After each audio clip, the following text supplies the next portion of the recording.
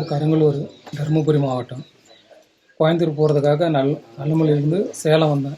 சேலத்துலேருந்து வேலைக்கு போகிறதுக்காக ஃபேமிலியோட ஊருக்கு கிளம்புனேன்.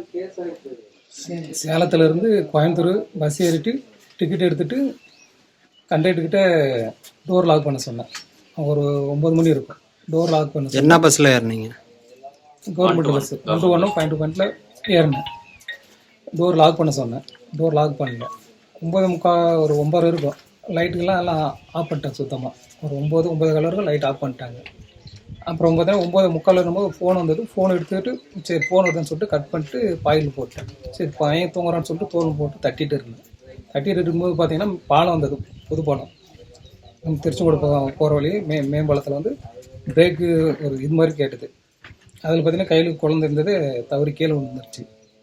அப்புறம் விழுந்துருச்சுன்னு கத்தும் போது தான் பஸ்ஸு ஒரு 10 அடி தள்ளி நிப்பாட்டினாங்க. அதுக்கப்புறமா விட்டுட்டு பஸ் எடுத்துகிட்டு அவங்க கிளம்பிட்டாங்க. பின்னாடி வந்த காருக்கு நிப்பாட்டி லிஃப்ட்டு கேட்டு கொண்டு ஜிஹெச்சில் அட்மிட் பண்ணோம்.